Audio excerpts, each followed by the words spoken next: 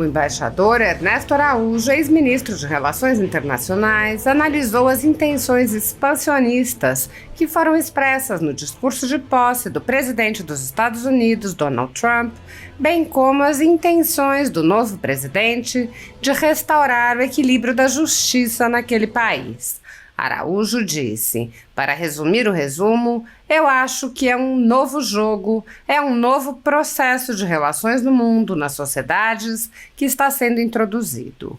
O embaixador enfatizou que Trump começou seu discurso batizando uma nova era para o seu país e para o mundo.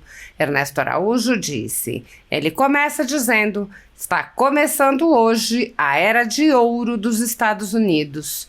Então, é como se esse fosse o título que ele pretende dar ao mandato dele, essa é a capa do livro, o que nos leva já para uma dimensão logopolítica. Se falamos de Idade de Ouro, estamos falando de todos os mitos desde a Antiguidade Clássica e antes disso, os mitos muito antigos de várias civilizações da humanidade. O diplomata apontou: algo no ser humano faz com que a gente expresse a nossa experiência de humanidade, da espécie humana, de uma maneira diferente, começando no máximo, na Idade de Ouro, no paraíso, e decaindo, e quase sempre com a ideia de que a Idade de Ouro vai voltar subitamente numa espécie de relâmpago apocalíptico. Araújo prosseguiu: o Trump, obviamente, faz referência a isso, conscientemente ou não. Quem fala de Idade de Ouro está falando, queira ou não, de todos esses mitos e da percepção de que estamos vivendo uma Idade de Ferro, uma Kali Yuga, ou uma Idade das Trevas, e que a chegada a uma Idade de Ouro é repentina, ela é um relâmpago e ela se dá num momento. Ele resumiu: então, é uma quebra no tempo histórico, é uma quebra no tempo mítico, quando ele diz: começa agora uma nova Idade de Ouro. O embaixador apontou a aberta tendência expansionista exposta por Trump, iniciando com a mudança do nome do Golfo do México para Golfo da América. Araújo disse: é um elemento dessa visão que Trump traz, que é o elemento territorial. Ele volta a pensar o tema do território, não apenas. Ele volta a pensar o tema da guerra cultural e tudo isso, mas ele volta a pensar também em termos de território.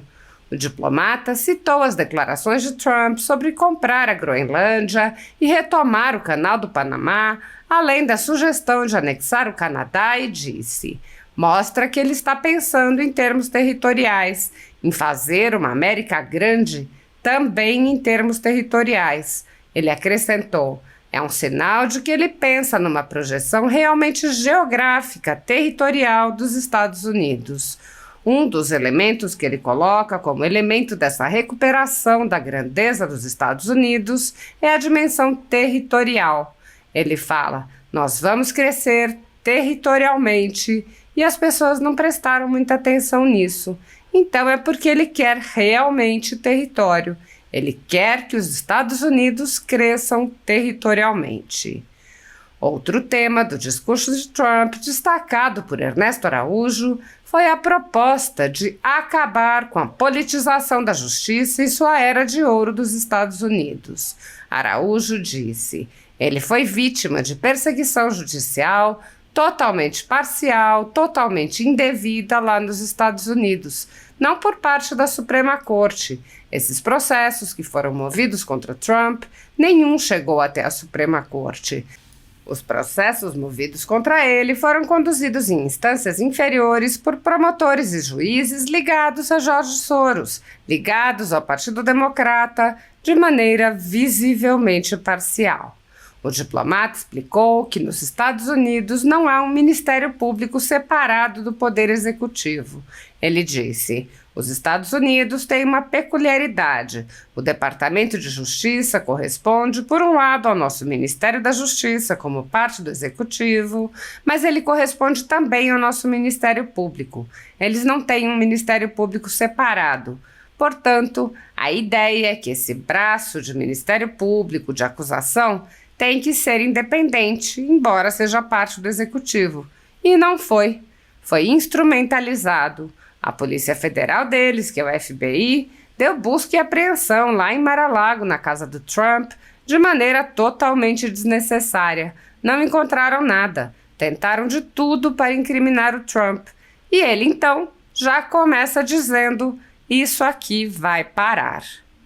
Araújo afirmou: essa mensagem de despolitização da justiça é fundamental. O diplomata lembrou que os Estados Unidos são um modelo de democracia para o mundo.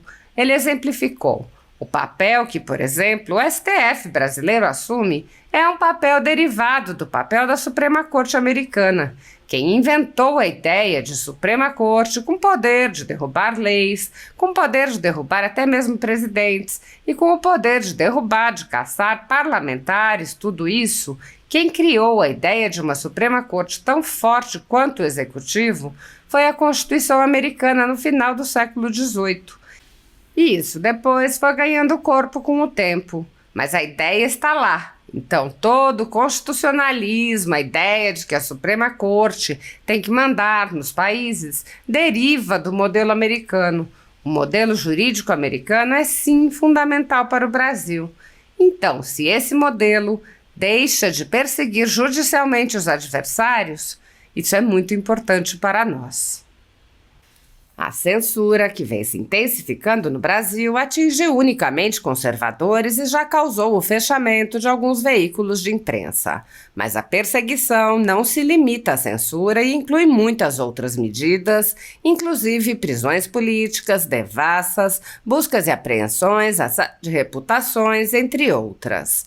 Grupos monopolísticos e cartéis que se associam com o intuito de barrar informações contrárias ou inconvenientes, atuam em conluio com a finalidade de aniquilar qualquer mídia independente, eliminando o contraditório e a possibilidade de um debate público amplo, honesto, abrangendo todos os feixes e singularidades dos mais diversos espectros políticos, controlando as informações. O cartel midiático brasileiro tenta excluir do debate e, em última instância, da vida pública, os conservadores e os veículos que dão voz a essas pessoas.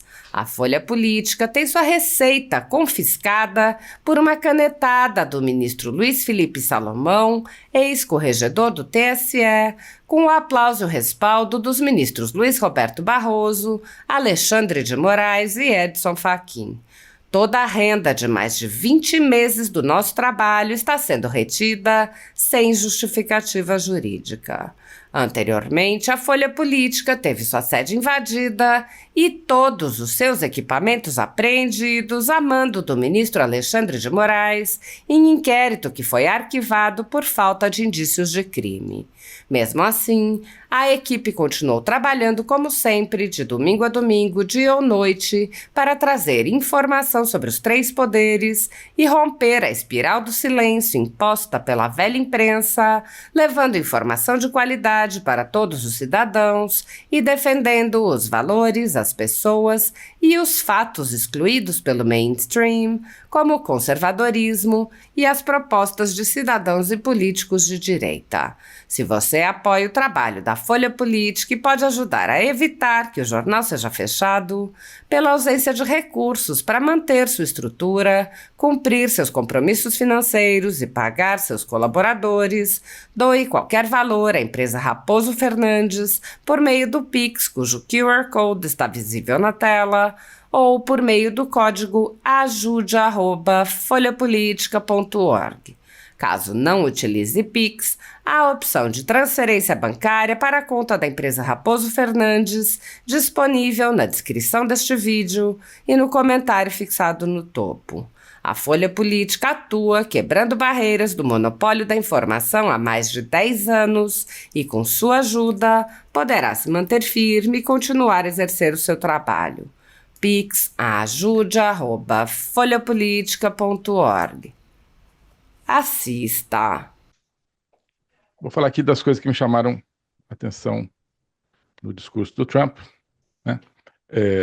Depois a gente tenta fazer um apanhado assim, mas para resumir o resumo, eu acho que é um novo jogo, é é o novo processo de relações no mundo, nas sociedades, que está sendo introduzido, né?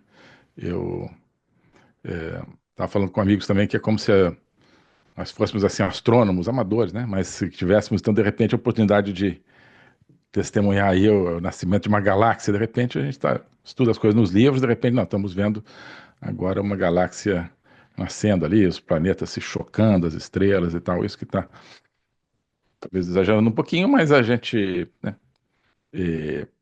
precisa, assim, imagens claras para entender as coisas, e eu acho que essa é uma imagem. Mas acho que não é muito exagero, não. Muita coisa nova realmente é, vindo por aí, né? Então, eu vou comentando assim, na ordem basicamente cronológica do discurso. Eu não sei aqui se os colegas da academia já passaram para vocês aí a versão traduzida do discurso,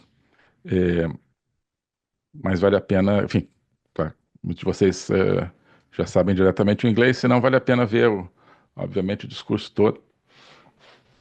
Mas eu vou então pela ordem do que ele falou, as coisas que me chamaram a atenção, tá? Começa por uma definição, é como se fosse o nome da novela, né? Ele começa dizendo, olha, está começando hoje a Era de Ouro, né, dos Estados Unidos, Golden Age. Então, é como se acho que esse fosse o título que ele pretende dar ao mandato dele. Essa é a capa do livro, né? Essa é a capa. The New Golden Age of America, né? Nova Idade de Ouro dos Estados Unidos. E o que nos leva já para uma dimensão logopolítica. Porque ao falar de Idade de Ouro, nós estamos falando de todos os mitos, desde, né, da Antiguidade Clássica e antes disso, né, são mitos muito antigos, né, em várias civilizações da humanidade, talvez todas, sobre a sucessão de idades, os ciclos de vida histórica, sempre que eu saiba, dentro de uma perspectiva de uma decadência contínua da humanidade ou de determinada civilização e uma subida mais ou menos repentina, né? Eu não conheço nenhum mito que seja assim progressista, no sentido, olha, teve uma idade ruim, depois uma idade um pouco menos ruim, depois uma idade razoável, depois uma idade assim que quebrava o galho, até chegar na idade de ouro. Não, né? Algo no ser humano faz com que a gente expresse a nossa experiência de humanidade, né, de espécie humana, de uma maneira diferente, né? Começando no máximo, na Idade de Ouro, no paraíso, se você quiser, e decaindo. Bom, a caída do paraíso foi repentina, mas nesses mitos, né, caindo então gradualmente para uma idade de prata, para uma idade, né, de bronze e uma idade de ferro, né? Ou, né, no Kali Yuga, que nós já falamos aqui, né, também 4 idades, uma de ouro, depois, né, uma razoável, uma ruim e uma péssima. E quase sempre com a ideia de que a idade de ouro vai voltar subitamente, como uma espécie de relâmpago apocalíptico, digamos assim, né? Na própria visão cristã ou bíblica, a gente não vai galgar de volta ao paraíso, né, degrau por degrau, né? Tem um apocalipse, né, aquela bagunça, e depois, né, a Nova Jerusalém, né, que seria também uma imagem de uma nova idade de ouro, de uma volta ao paraíso, de repente, né? E saindo do fundo das trevas, digamos, para essa nova idade de ouro. Então, decadência, decadência, decadência, e de repente, pá, melhorou. De repente. E o Trump, obviamente, faz referência a isso, né? Conscientemente ou não. Quem fala de idade de ouro está falando, queira ou não, de todos esses mitos e da percepção de que estamos vivendo, né, uma idade de ferro, ou uma Kali Yuga, uma idade das trevas, e que, né, a chegada a uma idade de ouro ela é repentina, ela é um relâmpago. Hum? ela se dá num momento. Então, veja, ele não está dizendo, nós vamos construir aos poucos, com a ajuda de todos, né, e com muita dedicação, muita prudência e pragmatismo, vamos construir aqui uma idade melhorzinha, né? Não, assim, pá, está começando a idade de ouro. Então, é uma quebra, né? É uma quebra no tempo, é uma quebra no tempo histórico, né? E uma quebra no tempo mítico, quando ele diz, começa agora uma nova idade de ouro, né? É, bem, é, ele, o primeiro conceito que ele coloca é America First, né? Os Estados Unidos primeiro. É, não vamos discutir aqui por que os americanos chamam o seu próprio país de América, né? É, coisa que ofende a muita gente, porque a América é todo o continente e tal. Para eles isso são as Américas, mas, enfim. Inclusive, né, já um parênteses aqui, um dos atos executivos, um dos decretos dele já assinado é mudar o nome do Golfo do México para Golfo da América, Gulf of America. Para os americanos, né, isso significa, né, o que a gente entenderia como Golfo dos Estados Unidos, né? Os americanos, quando escutam América, para eles é os Estados Unidos. Por sorte ou não, eu acho que para os latino-americanos não vai soar dessa maneira, né? Vão achar esquisito, já estão achando, claro. Obviamente, quem conhece os Estados Unidos, que acompanha a política, sabe o que está por trás desse nome Gulf of America, mas muitas pessoas, olha só, né? Golfo da América no sentido assim, né, Golfo do continente americano, já que é um negócio que está ali no meio, né, que banha diferentes países das Américas, né? Mas isso, né, já nos traz aí né, de uma indicação desse problema, né, digamos, o que significa América para os americanos, né? E diferentemente para os latino-americanos e para os europeus também. Europeus, em algumas línguas se fala ainda América no sentido de Estados Unidos. Tem um romance interessante do Kafka, né, que se chama América, justamente, e, que é um rapaz, né, europeu lá, centro-europeu, que chega nos Estados Unidos e vai trabalhar num hotel, um negócio meio kafkiano, assim, que você não entende muito bem do que aquilo é símbolo e tal. Mas é um romance interessante. Mas, enfim. Então, América, primeiro Golfo da América. Isso também, quer dizer, já estou adiantando aqui a questão do Golfo da América, mas isso tem a ver com, digamos assim, um elemento dessa visão que o Trump traz, que é o elemento territorial. Ele volta a pensar o tema do território, né? Não apenas, né? Ele volta a pensar o tema da guerra cultural e tudo isso, mas ele volta a pensar também em termos de poder, em termos de território, né? Isso já ficou claro na intenção de comprar a Groenlândia, que é sério, na intenção de retomar o controle do Canal do Panamá, também é sério, né? Existe toda aquela questão, o Canadá se tornar Estado americano, aí eu acho que não é a sério no sentido de que não é realmente um propósito. Acho que ele realmente quer comprar a Groenlândia. E realmente quer retomar o canal do Panamá. Canadá, não. Mas, né, mostra que ele está pensando em termos territoriais, de fazer uma América grande também em termos territoriais, de presença territorial. É óbvio que sim, não quer tomar o Canadá, mas ele quer o Canadá mais integrado aos Estados Unidos, do ponto de vista de defesa do território. Já são, em grande parte, através de OTAN e tal, mas ele quer mais, no sentido assim, quase como se eu acho, né, o Canadá tivesse que ter realmente uma defesa, forças armadas, digamos, totalmente integradas com a dos Estados Unidos. E a questão do Golfo da América também vai nesse sentido, né, porque ao mudar o nome, de certa forma, está tomando o Golfo, né, está tomando o Golfo. Por que chama Golfo do México? Esse Golfo que é tão importante para nós. E, tá vendo, você não viu os números, mas você olha no mapa, visivelmente parece que realmente a costa mais extensa no Golfo do México é a dos Estados Unidos, mais extensa que a do México, né? E aí tem Cuba, né?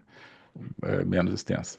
Mas visivelmente parece que a costa americana, norte-americana, é mais extensa que a mexicana. Então, né, por que Golfo do México? É, ora, né, é um sinal de que ele, né, pensa numa projeção realmente geográfica, territorial dos Estados Unidos. Aliás, num certo momento, eu não sei se foi exatamente nesse, mas ele fala assim, olha, um dos elementos que ele coloca como os elementos dessa recuperação da grandeza dos Estados Unidos é territorial. Ele fala, nós vamos crescer territorialmente. As pessoas prestaram muita atenção nisso. Então é porque ele quer realmente território, né? Claro, só com a Groenlândia não é tão grande quanto parece nos mapas, por causa da distorção da projeção, mas é grandinho. Seria a primeira expansão territorial desde o começo do século XX, quando compraram o Alasca, né? É, e então isso tem uma simbologia também muito profunda, porque um país, uma nação é, antes de tudo, o seu território, né? Antes de tudo, o povo, né? Mas junto com o povo, claro, território, né? Onde é que é essa nação? Onde? No espaço, né? No espaço-tempo. Onde que ela fica? Ah, fica aqui. Então ela vai crescer. Então ele quer que os Estados Unidos cresçam também territorialmente, né? Territorialmente. Bom, é, bom, é, ele ele fala logo da questão do fim da eh, politização da justiça, né? Não lembro se ele usa a palavra weaponization, mas basicamente ele foi vítima, né, de perseguição judicial totalmente parcial, totalmente indevida, lá nos Estados Unidos, não por parte da Suprema Corte, né? Esses processos que foram movidos contra o Trump, nenhum chegou até a Suprema Corte. Foram processos movidos, ou os que chegaram, ele ganhou, não me lembro se algum chegou, mas os processos movidos contra ele foram conduzidos ali em instâncias inferiores, por promotores e juízes ligados a Jorge Soros, ligados ao Partido Democrata, de maneira visivelmente parcial, né?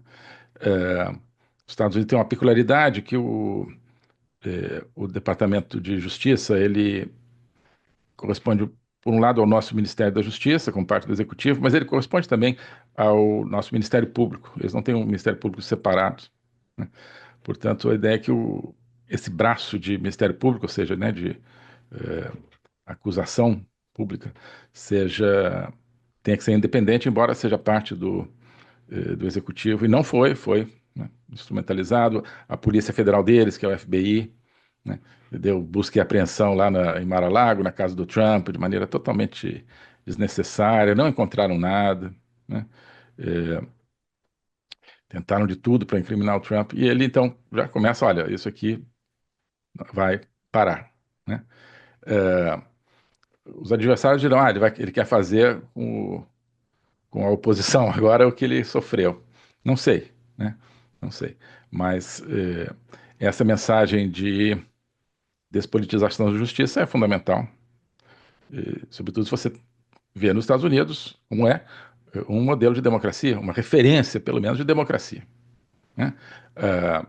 O papel que, por exemplo, o STF brasileiro assume, né, é um papel derivado do papel da Suprema Corte americana. Quem inventou a ideia de Suprema Corte com poder de derrubar leis, com poder de derrubar até mesmo presidentes, e com poder de, né, derrubar, caçar parlamentares, tudo isso. Ou seja, quem criou a ideia de uma Suprema Corte tão forte quanto o Executivo foi a Constituição Americana, no final do século XVIII. Isso depois foi ganhando corpo com o tempo, mas a ideia está lá. Então, todo o constitucionalismo, que basicamente é a ideia de que as Supremas Cortes têm que mandar nos países, uma coisa que anda por aí, deriva do modelo americano, né? Então, o modelo jurídico americano é, sim, fundamental para o Brasil. Então, se esse modelo, né, deixa de perseguir judicialmente os adversários, isso é muito importante para nós, né? Talvez não diretamente, mas como uma referência. Oi, pessoal. Estamos aqui nesse começo de 2025, estamos no começo do que pode ser um mundo novo. Todo o projeto totalitário, globalista, sociedade de controle, totalitarismo chinês, russo, terrorismo, Foro de São Paulo, tudo isso, de repente, está na defensiva. Por quê? Donald Trump, Estados Unidos, criando uma aliança, querendo criar uma aliança internacional de defesa da liberdade, defesa do mundo livre, de promoção ativa do mundo livre. Isso está mudando o jogo para todos nós, inclusive no Brasil. Nos últimos anos nós estivemos aí totalmente cercados por um projeto totalitário de censura, tanto no Brasil quanto no mundo. Isso de repente pode mudar e pode ser a grande esperança para nós brasileiros que estávamos aí praticamente sem esperança de uma mudança nos últimos tempos. A gente está analisando tudo isso na Academia Folha Política. A Academia Folha Política é um projeto onde eu tenho o meu curso de logopolítica, onde a gente discute a realidade da política nacional e internacional à luz da filosofia, da história, dos fundamentos da civilização ocidental. Lá eu tenho também a Agenda Liberdade, que é um formato totalmente inovador aí, de conversa direta entre os integrantes da academia e eu próprio, né? Não é apenas assim, um chat, é uma interação direta através de Zoom. Isso é um projeto novo que a gente tem. E estamos lançando várias outras iniciativas, tudo isso dentro da Academia Folha Política. E você tem acesso agora, se quiser entrar neste momento na Academia Folha Política, a uma promoção especial. Nós estamos oferecendo todo esse material, novo material, todas as semanas, com tudo aquilo que já está lá. Nos últimos 3 anos já estamos trabalhando nisso. Estamos oferecendo tudo isso por R$ 330 no formato da anuidade, e R$ 37 por mês no formato da mensalidade. Tá? Promoção especial de começo de ano. Aproveite.